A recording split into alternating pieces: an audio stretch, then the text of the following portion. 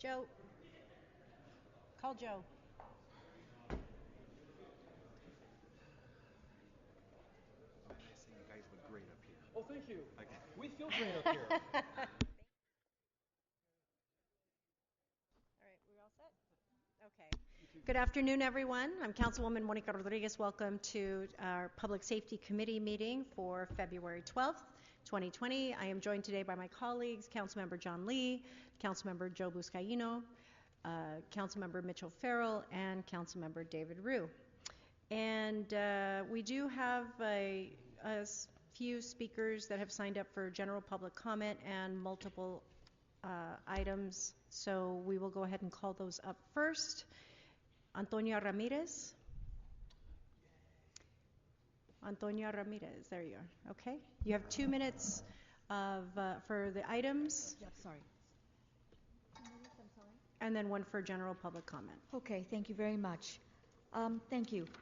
Ladies and gentlemen, item number 1. I hope that Ms. Rocio Gandara does a better job in reporting the city news than KNX News does in the weather reporting. It does a deplorable job, and we, the homeless people, desperately rely on this news. Second, first, I'd say fire everyone and give them a royal boot from the Information Technology Agency. They are supposed to be the foremost authority on technology and science and crime revelations, and they've done a lousy job. We have to rely on the public input to catch criminals and resolve city crimes.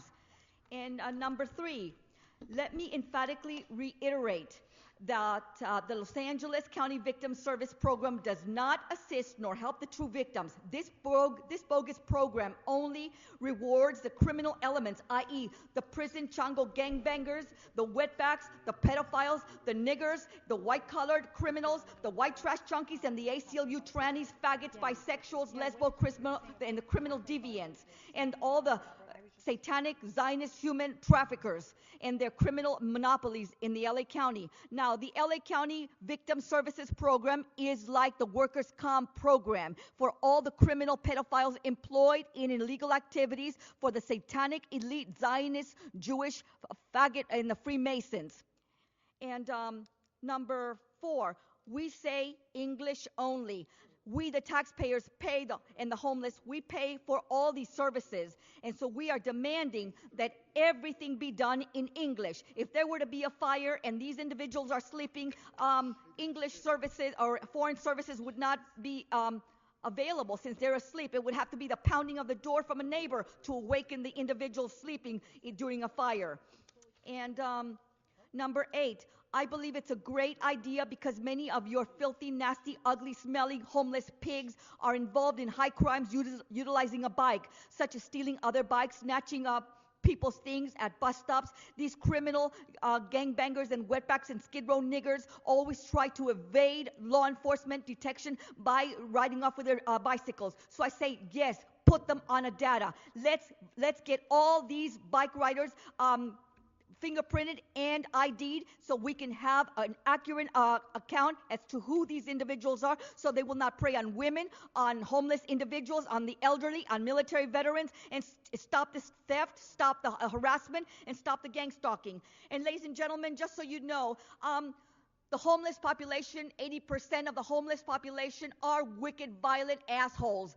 And 90% of the homeless population males are faggots, trannies, and bisexuals, and they prey on homeless women. Stop the violence against women and stop the violence Thank all you, Ms. over. Ramirez. Clean up the streets of Thank LA. you, Ms. God bless Ramirez. America. Wayne from Encino.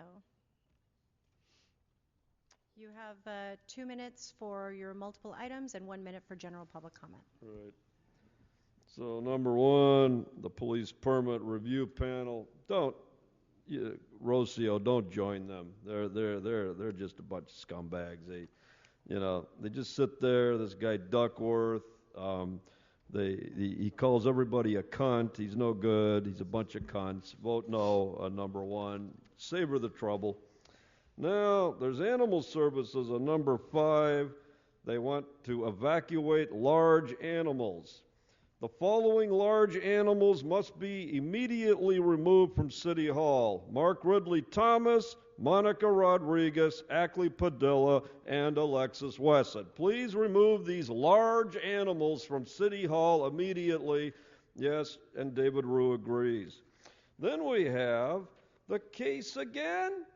Rex Schellenberger, page 1 of the LA Times. You remember how you fucked him, public safety? He got Carol Sobel to sue the city again. Twice. An 80-year-old homeless man. He lost his RV because the LAPD towed him on the orders of John Lee and the late Greg Smith and the late Mitchell Englander. CD-12. A terrorist organization is in charge of CD-12. Poor Max Schellenberger. And of course, you're not going to do when the LAPD gets sued by Carol Sobel. They're not going to pay off the judge in her case like mine. Oh no, Mr. Ploden, you're a city attorney for the LAPD. When he sees Carol Sobel, he goes, "Yes, master. How many times should I get fucked in the ass? Fuck me again. No, fuck me again. No, fuck me again." But every time, if it's not Carol Sobel, what do you do to these pro se plaintiffs that sue the LAPD? You threaten, interrogate, harass, and then you make an offer with a federal mediator.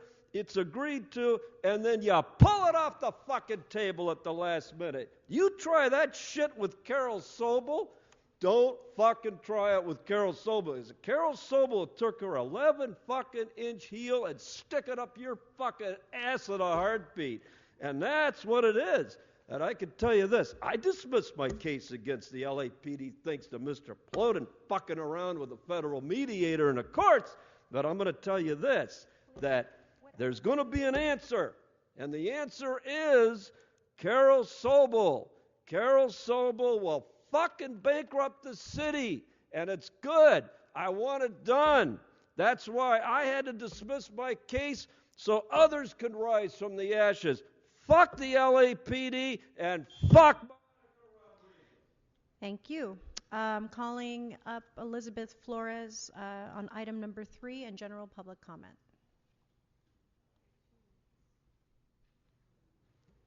Hi, good afternoon. My name is Elizabeth Flores, and I'm here today to speak on item number 3 as a victim that's received valuable assistance from the Victims of Crime program.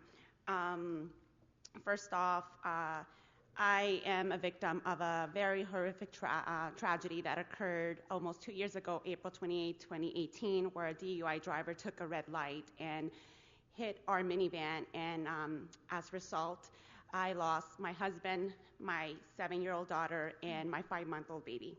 I'm the only survivor, along with my now 11-year-old son, who is a burn survivor. The Victims of Crime program within the Traffic Division, South Traffic Division, 77th Police Station in particular, are the areas that have guided me and assisted my family since the day one of the tragedy, from when I was in the hospital and when my son was in the hospital. They were there guiding my family, assisting them, providing them resources, helping them with completing the application, allowing them to just get connected with what the program has to offer. Me in particular, they've guided me. They've been with me in the preliminary hearings, sitting next to me, giving me the breakdown. They've allowed me to just re-enter and go through this grieving process, and they've gone way beyond what they need to do just by being there for my son and myself, checking in, just doing the regular check-ins.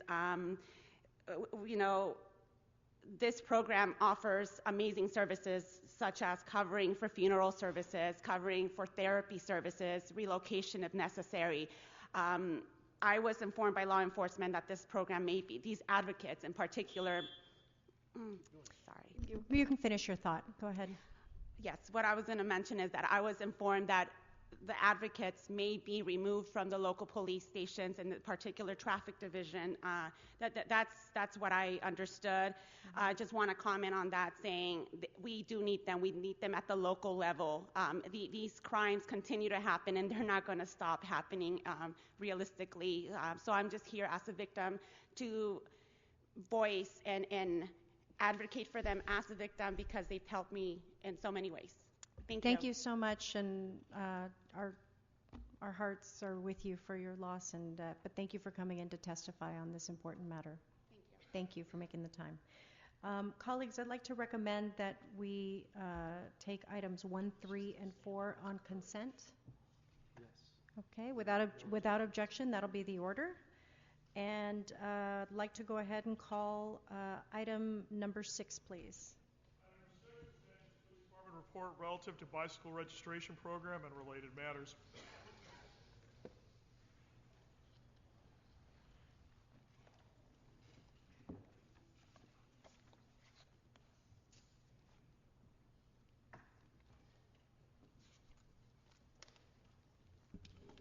Good afternoon. Good afternoon. Come in. Do you want to?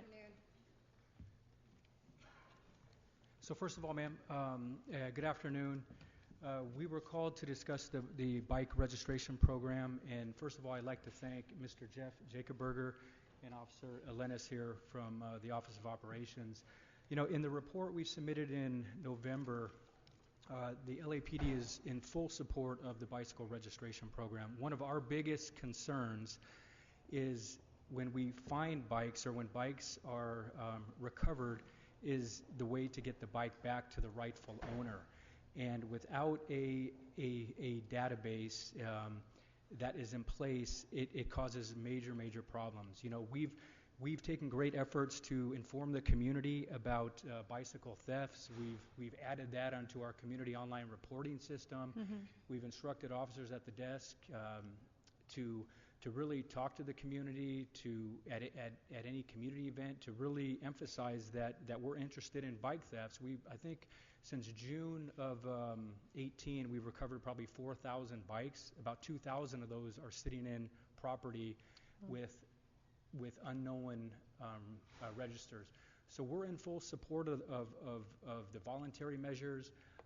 I know that Mr. Jacobberger in our office, we're looking at some vendors to identify the correct vendor that had the right messaging, that really understood what the LAPD and the community wants from an expectation standpoint.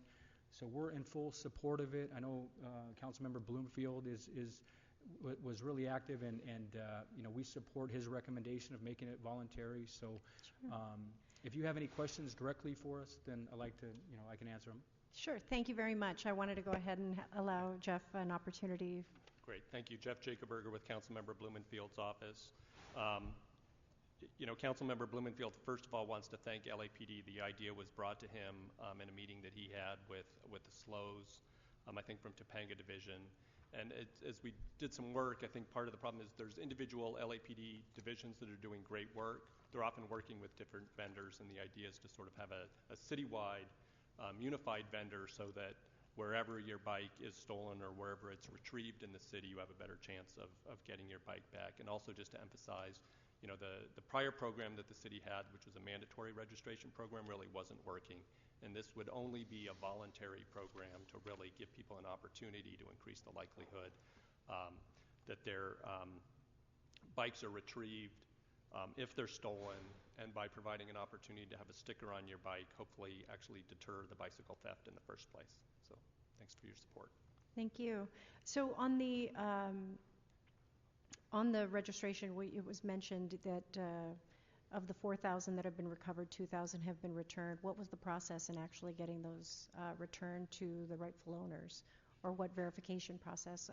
What was that? What did that look like in terms of having that? Yeah. So I actually think it was quite a lower number that was returned. It was only 16 returned. Oh. Yeah. So it's a pretty low number. But the process is it's a verification process where the bikes are inputted into one of our systems called Automated Property System, and they have to ensure that theft report was in place, and then verifying that the owner is the actual owner, which would, I'm sure, would require some sort of proof that they were the actual owner of the bike. This program can actually fill the gap of that, because one of the things that is so great about it is the community can register their own bikes on this website, where they're uploading the serial number, the photo of the bike, as well as their personal information onto this website, where we would actually be pushing this application to our officers' department smartphones. They can actually, if they come across a bike in the field, they could run the serial number in the field and find out if this bike is stolen. If it comes back stolen, they can contact their owner while they're still out in the field. And then, of course, there's that verification processing, making sure that this bike was, in fact, reported stolen, and making sure that they are, in fact, the owner of that bike. And again, it actually saves time for officers in the field, because that whole booking process of bringing the bike back to property division, that takes some time. So being able to return the bike just out in the field, it'll keep our officers in the streets as well. I think to add, ma'am, so one of the keys too in partnering with the local bike shops, that at the time of purchase, that registration will go directly to the vendor, so it'll automatically be updated. So the customer really doesn't have to do anything except click a link. Then that registration and purchase will go into the system, that then will be able to be reviewed by, on a potential stolen bike. We'll be able to track it easily. Okay. Any questions? Mr. O'Farah. Thank you so much, Madam Chair. So what happens after a couple of years to the bicycles that are not claimed? So some of them, if they're in good shape, do get donated to youth programs, which is very great, and we would still encourage that to stay in place. And then others that there's no ownership found, there's a certain time period that they do get authorized for destruction. So there's several bikes right now that are being authorized for destruction, and that's what we want to avoid, is getting them back to the rightful owners. And the ones that are offered for destruction, are they damaged bikes or are they perfectly good bikes? Typically, they're damaged. The good bikes, they definitely have some great programs in place to get them back to the youth programs and do some good things with those bikes. Okay. Sir, if I can add, so part of it too, within the various area commands, there's bike refurbishment for kids. So teaching the youth how to build a bike. So a lot of the parts and things, maybe you don't have a full bike, but you'll take pieces of it, bring it into a division like Topanga Division, and then that bike, the officers will teach the kids and family members how to build a bike, and that's actually worked out real well. Do you by any chance have a relationship with the LA County Bicycle Coalition? Or not go ahead. I do know that group does have some great partnerships within LAPD, and we also plan to do some outreach with a lot of our local bike groups, as well as our bike shops, and having our senior lead officers do the outreach for each area. Because I've talked to a few bicyclists. I always do the operation, is it Bright Lights? Firefly. I always say Bright Lights, but Firefly. Yeah. And I've talked to a few of coalition members who have had their bikes stolen. So we know that they are the victims of theft from time to time. And it might be, if you have extra really good bikes, to maybe establish a relationship for unclaimed bikes to coalition members whose bikes have been stolen. Just something to think about. That's a good idea. Thank you. Yep. Okay. Any other questions? No? Well, thank you very much for coming in. I'd like to recommend that we go ahead and note and file this report. But thank you very much. Appreciate your feedback. Thank you. Thank you. And if we can go ahead and call item number 5, please. Item 5, continued from November 13, 2019. Department of Animal Services reports relative to strategies to increase cooperation and partnership between the city and the equestrian community on the evacuation of horses and other large animals during emergencies. Additionally, subsequent to the release of the agenda, we received a report from the Emergency Management Department.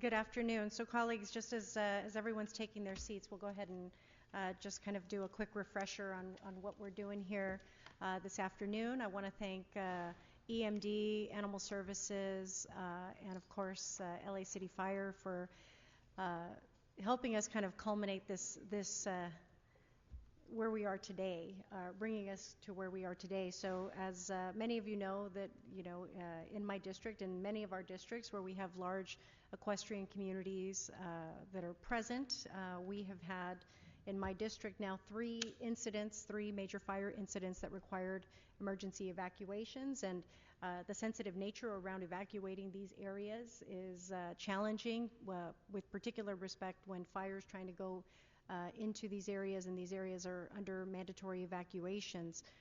We really want to get a head start in having LAFD and LAPD better informed on where these populations exist, so that we can have an advance on those evacuation efforts, because they require far more time. There's far more time involved in engaging in successful evacuation efforts of those equine areas. So I want to thank you all for joining us again with this updated information. And do you want to kind of bring us up to speed as to the mapping and where we're at? Yes, thank you, Madam Chair and committee members. Rob Freeman, Assistant General Manager with the Emergency Management Department. So in response to the motion, EMD worked with all the partner agencies that are really the lead in the field for this type of service to make sure that we're up to speed and are briefing the committee on the various plans, standard operating procedures, and other documents that deal with this issue. So the report summarizes briefly what each respective department's role is, and then provided you copies of some of the relevant plans. There's a fairly lengthy large animal plan that's part of the city's overall emergency operations plan, but then some specific SOP information from Animal Services, Recreation and Parks, Police, and Fire. Since the Latuna fire, I think we have made a lot of progress in terms of our interagency coordination. So whether it's through our 24-hour EMD duty officer program, or if the Emergency Operations Center is activated, this brings you up to speed on the plans and procedures that we follow to ensure that large animals, equine emergency evacuation needs can be handled effectively. The report concludes with some recommendations, and we've had an opportunity to discuss those with the partner agencies. From EMD's perspective, the most important thing is that we all know one another's plans and that we have the right contact information, so there's some things that we can do to further that. But this brings you up to speed on the progress we've made since Latuna. My observation working in the EOC for those events is that definitely by Saddle Ridge and Getty Fire, we've come a long way in terms of how rapidly we can get information out, how rapidly the facilities that are mentioned in the SOPs can be opened and coordinated by Animal Services and Rec and Parks, and that EMD is in a position to connect the dots or assist in any way that we can. But I certainly want to acknowledge the input that we got from the various departments and invite Animal Services to expand on that as the lead agency. Okay. Good afternoon. In working with Felicia and the mapping, we did coordinate, and through the brown bin for the trashes that pick up newer, and through licensing, we're able to come up with a heat map, which we presented to you, which shows mass areas of where equine are housed. It's not per address, it's per area, so that the fire department and the police department can have a general idea of where these animals exist and where they live, so that they can know that if they're in that area and that's where the fire is, that they can more quickly call us or get us into the system faster. But the way that we've been working has been phenomenal, and I will say that I've been obviously with the department for 30 years. I am doing my succession planning. Lieutenant Julian will be taking over. But we have a great relationship with both Los Angeles Police Department and the Fire Department, and they call us directly before EMD even gets the call. Or Rec and Parks and I are on the phone trying to set up shelters even before we're supposed to be, because we're all pretty good at doing that. And that being said, I have a 24-hour salary, so I have a 24/7. Lieutenant Julian answers his phone 24/7, and we also have 2 officers that are on at a minimum 24/7, which is both at East Valley and North Central, to answer the phones if anything happens, and they have all worked, so they know what to do as well. So hopefully moving forward, all we can do is improve on the great relationships that we already have, and I think that's a big part of this whole system. Right. Well, I think, from the Latuna fire, from the Latuna to the creek to now the Saddle Ridge, I've seen tremendous improvement in our evacuation efforts. That said, there's always room for improvement. And so this heat map was an important strategy that we needed to implement because it needs to better inform our evacuation efforts for fire and PD, because when, and Chief Richmond, and I've been at the command post with you, when we're looking, and I'm looking at the map, and I said, we've got a whole lot of folks with horses in this area, and we got to get them out of here. And we need these tools for you to better inform those evacuation efforts. That said, these are obviously very dynamic maps. They change based on, residents and what have you. What is going to be our method going forward? Because while you might have this copy right now, how do you, and I've seen the maps that you use, they're just layered maps. It's just a standard map of the area so that you're kind of, marking off the territories that we're doing the evacuation efforts. How would this be applied in terms of a layer or something that you would have on site to utilize when we're doing these evacuation efforts going forward?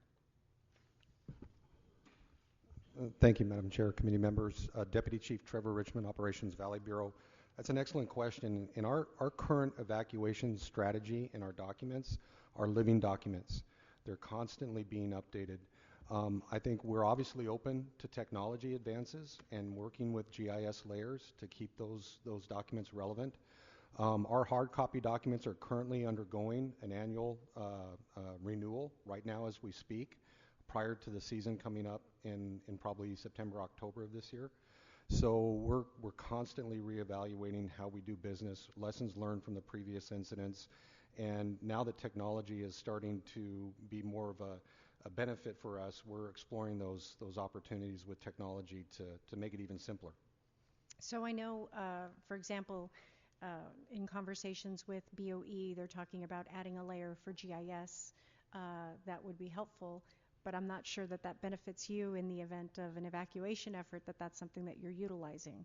So I just wanted to make sure that the data that we've collected, whether it's through both through planning in the K overlay and deriving where those areas of higher concentration of equine keeping is, the licensing, as well as the brown bins, that those all help to better inform what is currently a higher concentration of equine keeping, so that we can, better inform those evacuation efforts for you going forward. So it would be helpful to, again, while this is, for me, this was step one, in getting this data and collecting it and adding these layers so that we had the heat map to tell the story of where we have these the higher concentrations.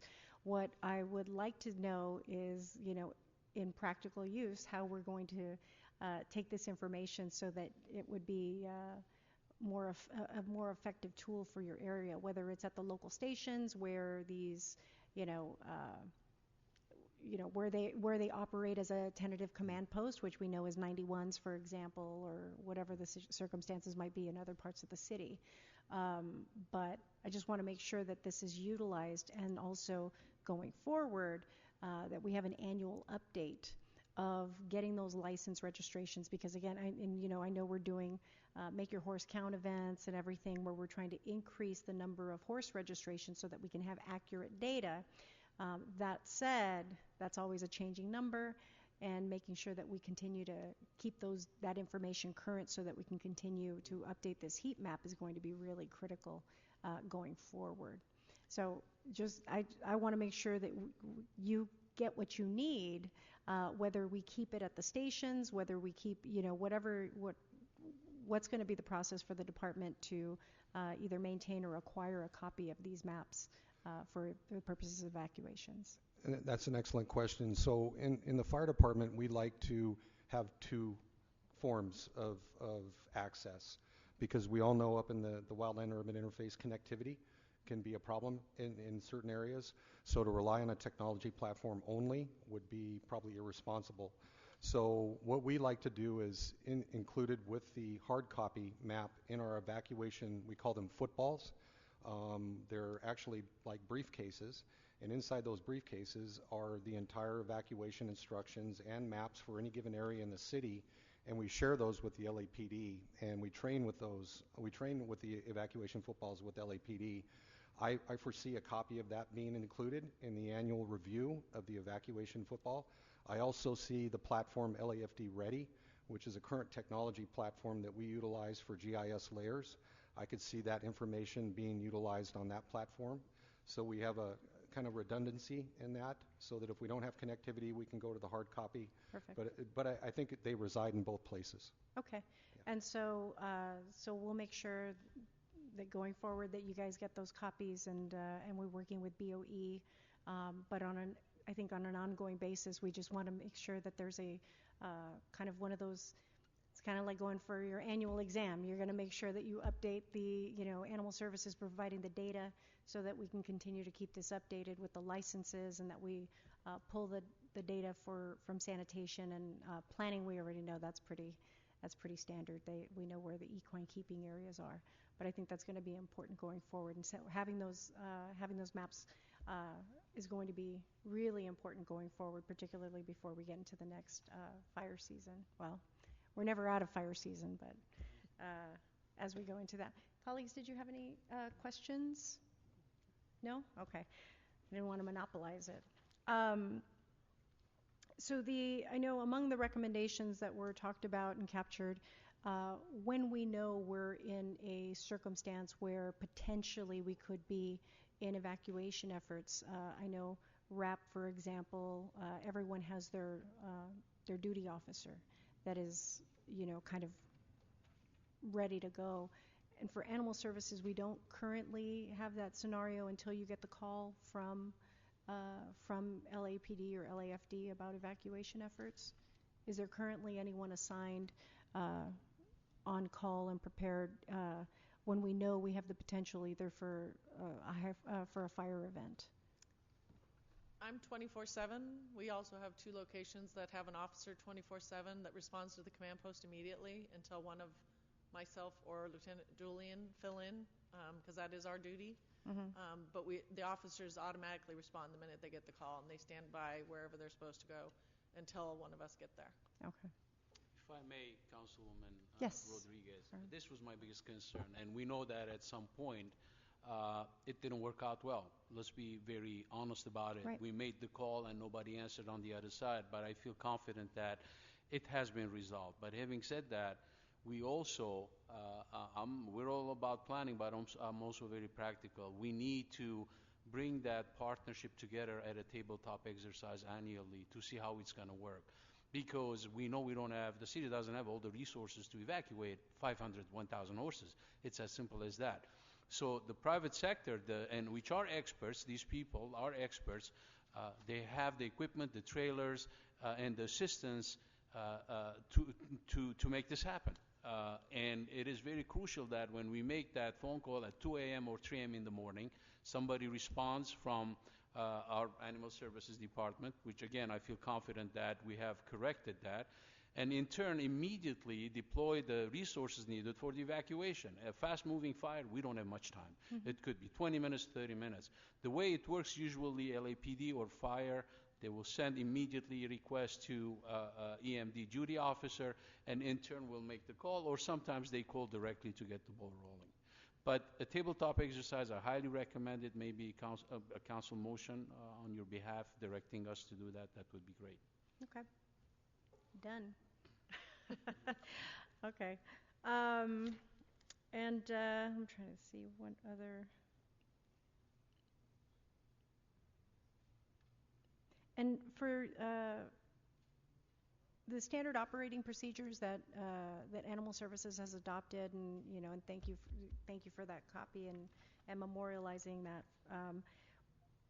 How does that differ from perhaps some of the county efforts, and what are the parallels in those evacuation efforts that have been adopted as part of the protocols here? How do they align? We have an MOA with the LA County Animal Control, so if needed, we can call on them or they can call upon us. It's mutual aid. We signed the agreement, I think it was 2 years ago, now because we're in 2020. We have yet to have to utilize it, but it is there, and we can call them if we need them. Okay. Well, colleagues, I think I've got everything we need. We got Fire's going to get their map, which is going to be exciting, and we're going to make sure that it gets updated annually. So I'd like to go ahead and adopt EMD's recommendations as follows. We're going to direct the Department of Animal Services to report on the establishment of the 24/7 on-call duty program, similar to those established by EMD and the Department of Recreation and Parks. This report should include requests for any funding or positions that Animal Services may need for the implementation of this program. We will also recommend that Department of Animal Services update its emergency plan so that its emergency response standard operating procedures can be activated prior to a mayoral declaration of a local emergency, and reference the city's Notify LA and wireless emergency alert systems. And then we will go ahead and note and file Animal Services report. So moved. Without objection, that'll be the order. Thank you very much.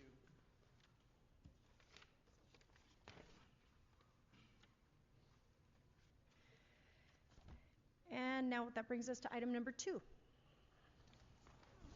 Item number 2, continued from October 23rd, 2019, Information Technology Agency report in response to motion Rodriguez-Bonin relative to the potential uses of Bluetooth mesh network mobile applications for communication during an emergency that impacts cell and internet service. Ted, how are you? Good afternoon. Ted Ross, General Manager with the Information Technology Agency. Certainly pursuant to the City Council motion and the discussion in this committee, the ITA has worked very closely with the Emergency Management Department and industry experts to compile the submitted report. As described in this committee, the safety of our residents during an earthquake or the increasingly common wildfires is a paramount concern at the City of LA. One thing we've experienced, I know the Emergency Management Department can state it so eloquently, is that safety is closely related to the ability that we have to communicate with our residents when it comes to evacuation orders and a variety of other communications. One innovative potential communication method is the subject of this report, and that's the potential use of a Bluetooth mesh network. The technology is highly progressive, and if you bear with me for a minute, I'll summarize just how this technology works and our findings for a potential use at the City of LA. So starting back in 1999, Bluetooth, as we all know, became a standard for wireless communications. Now, many of us think of Bluetooth as something that's used to connect to our car, something to connect to wireless headphones. You can share files, you can play games with each other wirelessly using Bluetooth. Starting with Bluetooth version 4, though, was the establishment of what you call a mesh network. Using Bluetooth, a mesh network allows you to relay a message over Bluetooth to another device without having to have any cellular service to make that happen. So your phone can be completely offline and you have no service, but using Bluetooth as a technology, you can communicate to something close to you and send a message. In other words, it's hypothetically possible, as described in the council motion, to send a message completely over Bluetooth that hops from smartphone to smartphone, ostensibly all the way across the city, while cellular networks are completely and utterly down. As referenced in the motion, this was evidenced by Hong Kong protesters who were using the Bridgeify app, and they were able to communicate without a concern of surveillance from the Chinese government because their communications were over Bluetooth. There's certainly some benefits to having a network like this. First of all, Bluetooth mesh network allows you to send a sizable message completely independent of a cellular network and no Wi-Fi infrastructure. The message is simply relayed from phone to phone. I know it's a bad analogy in modern terms to describe a virus, but it's like a virus. You can spread from phone to phone and to gain this message spread all the way across the city, hypothetically. Second, the Bluetooth message also allows it to be geofenced. So you could actually target a group of people. So if it's an isolated incident or if it's impacting, like the fires, one community and less so another community, you could try to target all the phones in that area since it's geofenced. Unfortunately, there is also substantial weaknesses as described in the report with the Bluetooth mesh network at this time. So I'm saying the way the technology is today, there are some significant issues. First of all, residents must be within 20 to 30 meters of each other, so about 90 feet. So it's kind of like, to use the virus analogy again, understandable, not right timing, technology guy here, not a PR person. You'd have to be within 90 feet to be able to spread that message, which would mean that while in Hong Kong you had a city in the metro area that's 34 square miles, in a city like LA it's 469 square miles with mountains and things in between, it's much harder to be able to, using Bluetooth mesh network, get a message properly propagated across an organization or location this big. It would mean that messages would likely die out and whole groups of recipients wouldn't get that message. To help overcome this, you'd have to install repeaters, and using a city our size, we'd be discussing the purchase and the maintenance of 13 million repeaters to be able to make that happen.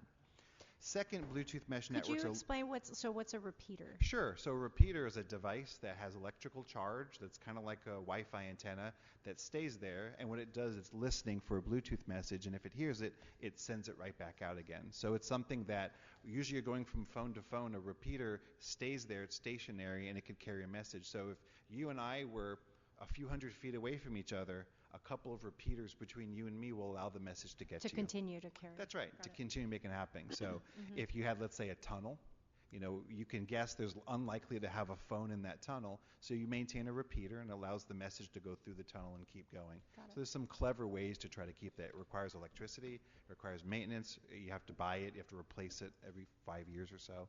So it does have certainly something required to it. Secondly, Bluetooth mesh networks are limited to 127 hops, so it can go across 127 different devices, and it has a maximum limit of 32 devices. So you'd have to send multiple messages with multiple targets, because in a city of over 4 million people, as you can see, there's a limitation on the total number of people you could reach. Third, a Bluetooth mesh network requires residents to have an installed app. I can't take control of your phone. It's a huge cybersecurity issue if I could take control of your phone and cause your phone to do something, so your phone has to have permission. And to have that permission, you need to have an installed app, which would require Angelinos to download an app. Existing platforms like WIA do not require that. You can broadcast to smartphones effectively over text, and it doesn't require you to have an app already installed. Fourth, society certainly has increasing concerns about privacy. We all do. So I'm sorry, yes, if I can interrupt you. So please, on, absolutely. On WIA, is it regulated by like the PUC or something, and that's why we're able to access it in that way? Sure, I'll allow Aaron to do the from direct EMD to speak to that. communications. Can you please repeat the question, For Councilmember? WIA, is this regulated by the PUC, for example? Is FCC. that what, or FCC? Yes. Okay, Yep. so that's why. So it's Correct. federally okay. Federally mandated, all carriers are participating, and allows the message to be broadcast, kind of like things like Amber Alerts, et cetera. Got it. Okay. No one has to download the app. It just gets It's just communicated channeled out, out which there. makes it very effective when it comes to trying to send a message. But it's out. also not geo-fenced. It can't be hyper-localized, or can it be hyper-localized? It is geofenced. It is geofenced, and finally, the carriers are using geolocation, which means that it's accurate within 40 to 50 feet. We had issues with the system in the past where when the you've message tested bounced. it and it's not right. Exactly. Yeah. So that's been corrected, and it is geofenced. But obviously, the concern is that if you lose power, the repeaters lose power, or the utilities shut down power because they don't want to create the fires, then you lose the WIA capability. Right. So obviously, the system would have been a backup system because it doesn't really need repeaters or the powered repeaters, but it has its drawbacks. So WIA has become increasingly sophisticated. We're now at the point where they can extend longer messages where they were able to before. They have geofencing. And so there's a lot of investment being put into WIA infrastructure to ensure they could get broadcasted out. And we just finished meeting with all the carriers in the last 2 weeks to discuss the resiliency of their infrastructure, and they're all willing to step it up. Funding is not an issue according to all three of them. Correct. The three of them now, because T-Mobile just acquired Sprint. We met with 4, but we should have only had 3 meetings. In 3. They just acquired Sprint. So it's the permitting process, and we told them that we will look at it. For example, Griffith Park coverage is very poor. They're willing to come and add repeaters. They just want some assistance with the permitting process.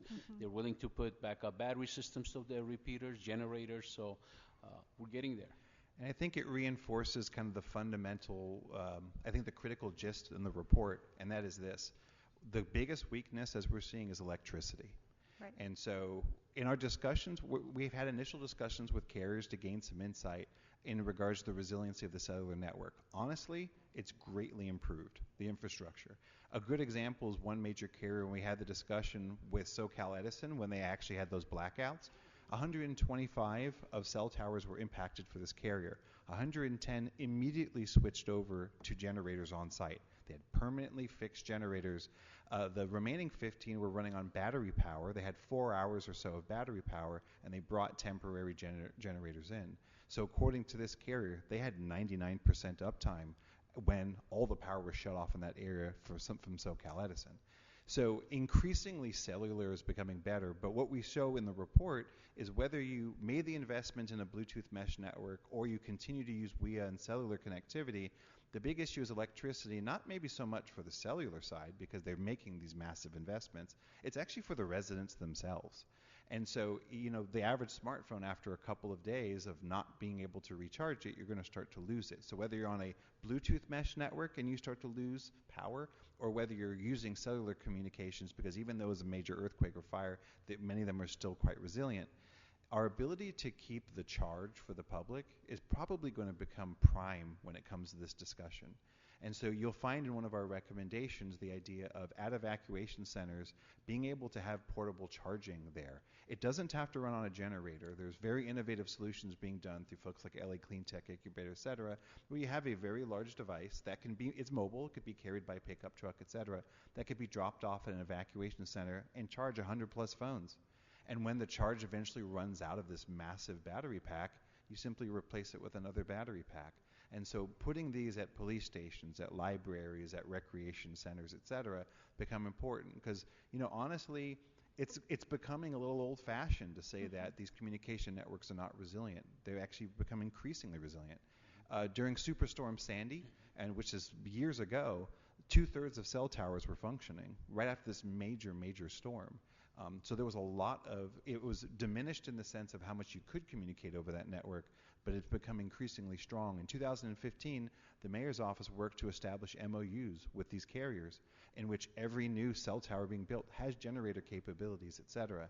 And so we are finding that even through significant, the Ridgecrest is a good example recently. There were a number of, we'll use Verizon, they didn't mind us mentioning it, Verizon that was impacted, it had a hiccup. And the way they described it is a multi-second hiccup in connectivity, and it was back up online. And that was really quite a large earthquake. So, increasingly we're finding that cellular carriers are putting the investment in so that during a disaster, they're actually still available for use. Certainly they'll get floods of calls, and so that could impact it. So priority servicing becomes very important, so public safety and others can make their calls. But things like text messaging and internet are actually becoming surprisingly much more resilient, and they continue to make those investments. And so you'll find in the recommendations in the report things to continue marketing, things like Notify LA. We love the idea of building a group of multiple departments, as mentioned in the report, to work with telecommunications vendors. We've already started some initial conversations so we can be able to speak a little more clearly here at this committee. We love the idea of also working with social media groups. People look to Twitter way before they look to city communications. I hate to say that, love to think that our communication is always first and foremost, but people are tweeting and using Facebook and using Instagram to start the communications. So if we can get our message more broadly accepted through something like Twitter, we actually are much more effective of communicating to our residents. And then but that's also, so now just to be clear, because I know in the failure of the testing that had occurred previously with some of the piloted kind of dress rehearsals, if you will, for evacuation efforts and some of the notification that the system failed. And so my question is first of all, we have inconsistencies in terms of cellular services for residents, whether you're on Verizon, whether you're on T-Mobile, depending on where you stand in the city, depends whether or not you get a phone call or that text message.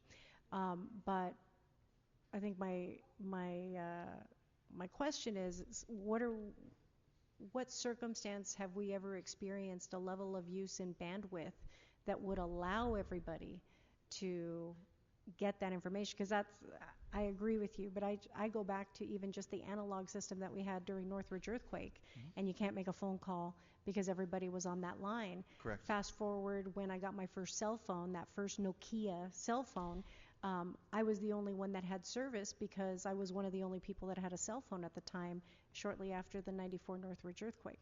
So now we're having a very different conversation about bandwidth and people's the ability of a system to sustain everybody trying to communicate all at the same time.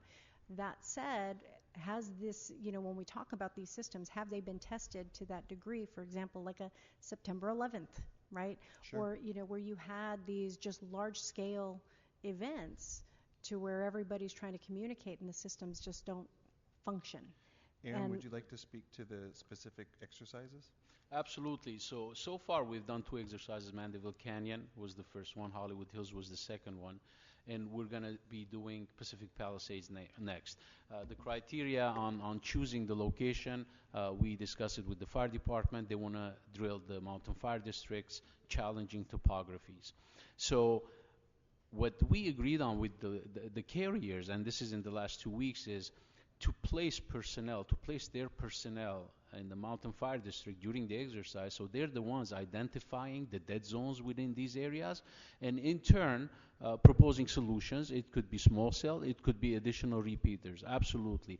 And I really appreciate the concern, and we are working on other mechanical systems too. We just tested a PA system that goes up to 156 decibels. The range is almost 3 miles. Yeah. It's powered by solar panels. It worked great. We're also looking at the technology right now being used in China for the coronavirus, which is drones. And they have PA systems, and you can have a swarm of drones programmed to announce a message, fly over an area, geofence it, and on their own notify an evacuation message. Aaron, was there a better success rate as the exercises moved along, or has there always been a difficulty in success rate of people receiving the messages? There's no improvement right now because we have not addressed it. The carriers have not addressed it. But we are definitely outreaching the constituency, our residents in the area of the evacuation, and we are mapping out the dead zones, hoping that we will sit down with the carrier companies and tell them that, listen, between this block, and these blocks, there's no signal. Even on a good day, there's no signal. Mm-hmm. How can we solve that problem? And by the way, the infrastructure is becoming more resilient for a good reason. When the towers don't work, the carriers are being hit in their pocket. Mm-hmm. It's as simple as that. Yeah. That's why money is not an issue for them, and they're willing to build, and improve the system. So, if our understanding of the issue with the EMD exercises was connectivity in general, so whether it was in emergency or not an emergency, mm-hmm. folks were in locations which there just was no cell service at all. In part of our conversations, we're even working with Rec and Parks to get Griffith Park better coverage. So we understand that there are parts in the city that have it. Now, likely whether we were a Bluetooth mesh network or cellular, we'd still have the same issue, because the issue that we're running into is that people are not in a close proximity and the infrastructure is just not supporting the ability to get the message out.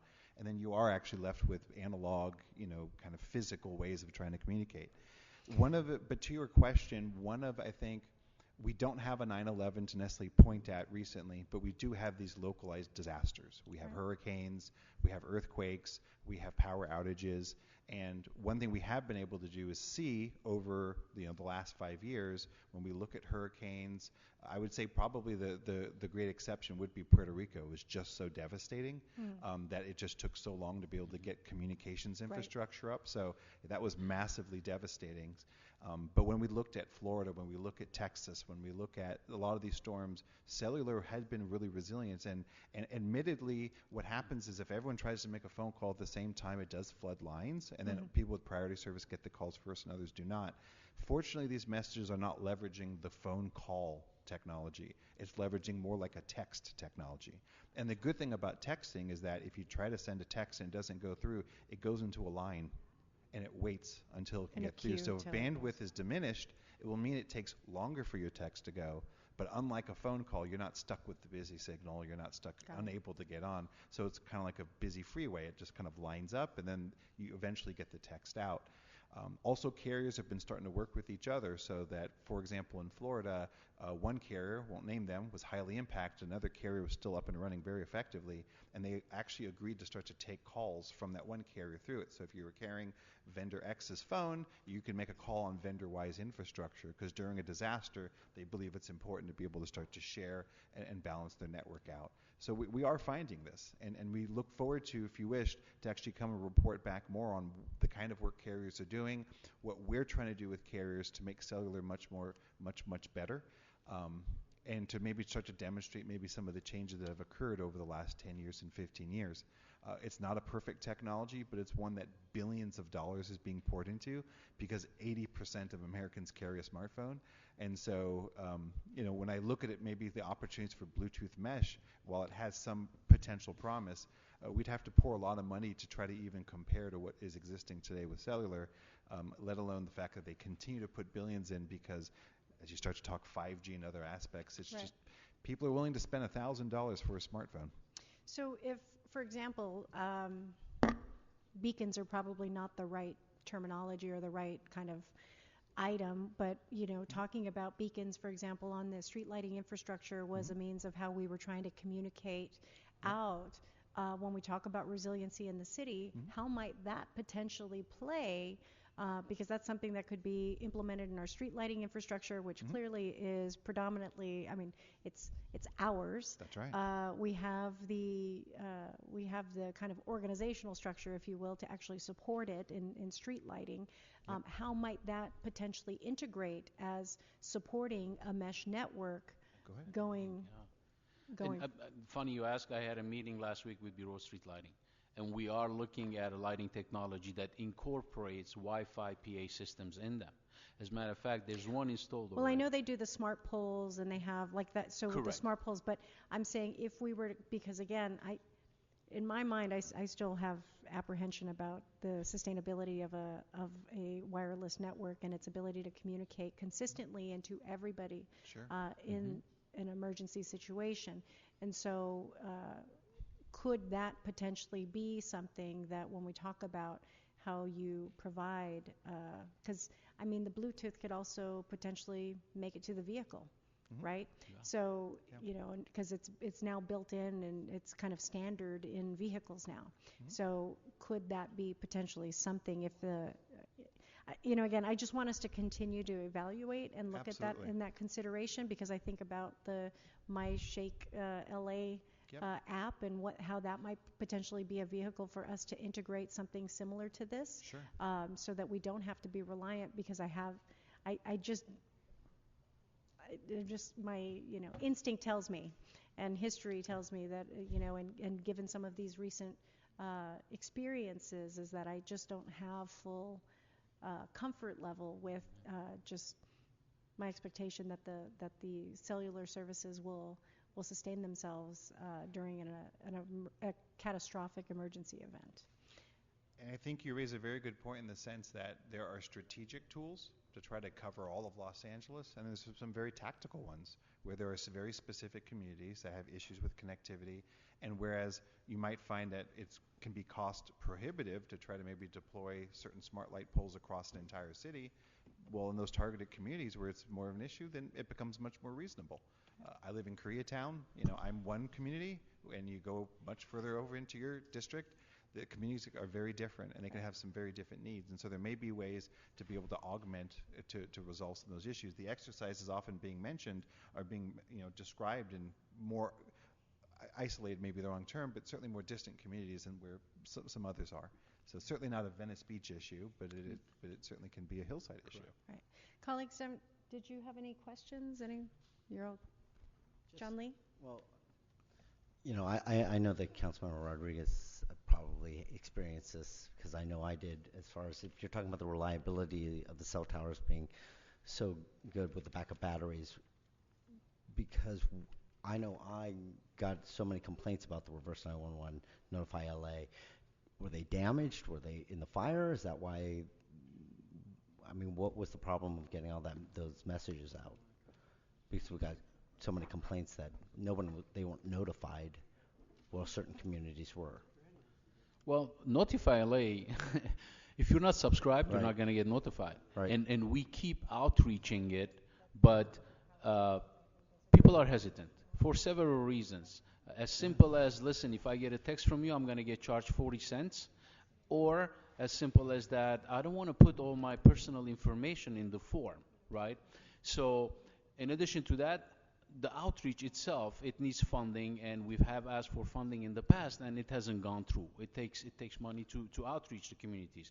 So, but since then, this was since a couple of years ago, every time there's an emergency, we have an outreach through the next door, through social media, and we're seeing the numbers increasing. If I'm not mistaken, the latest numbers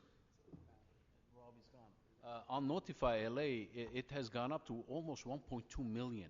So that's over 1 million than 200,000. We used to be at a couple of 100,000 a couple of years ago. And recently we purchased data from Everbridge for approximately, I would say, $160,000 that gave us an additional 1 million data for 1 million households.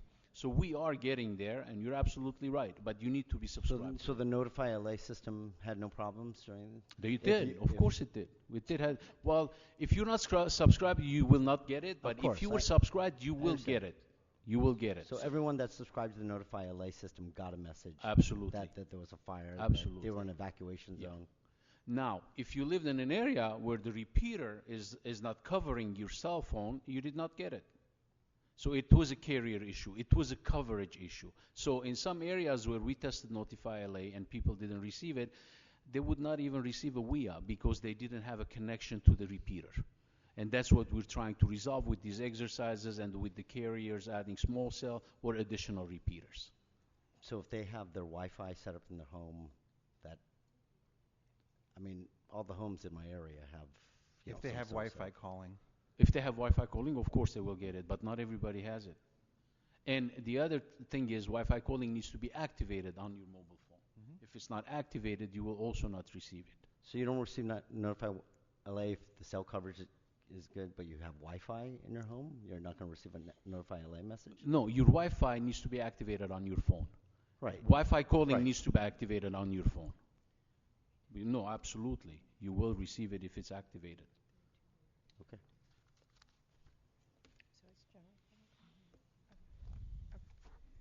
I'm sorry, did you concluded? Okay. All right. Colleagues, so no other questions? Nope. Okay. Well, thank you. I know that we're not quite prepared to roll forward with this, but I do, what I want to do is go ahead and hold this item because I think going forward, I still want us to talk about,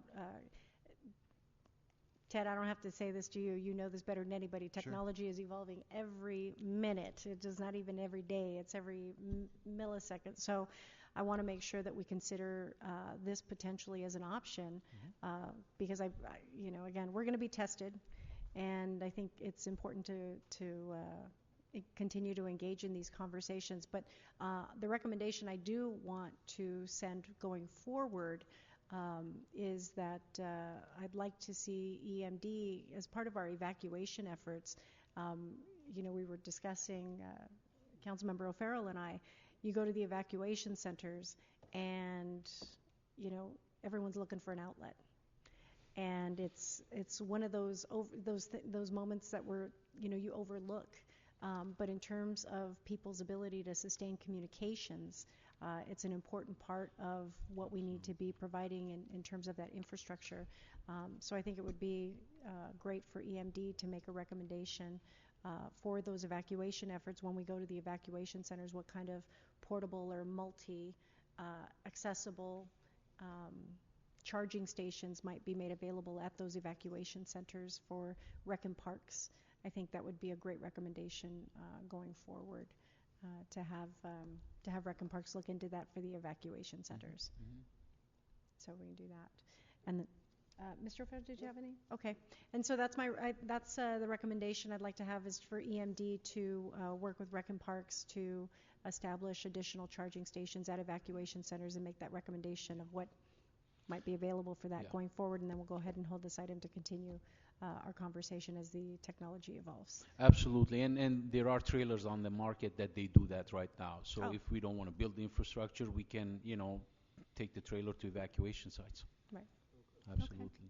So without objection, that'll be the order. Thank you very much. Appreciate it. Thank you. And we have one general public comment. Okay, so we have Damien Kevitt. Is he here?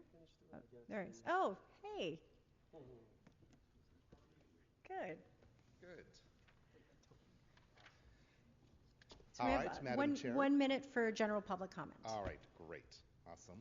Hello, Madam Chair, members, Councilmember Rue.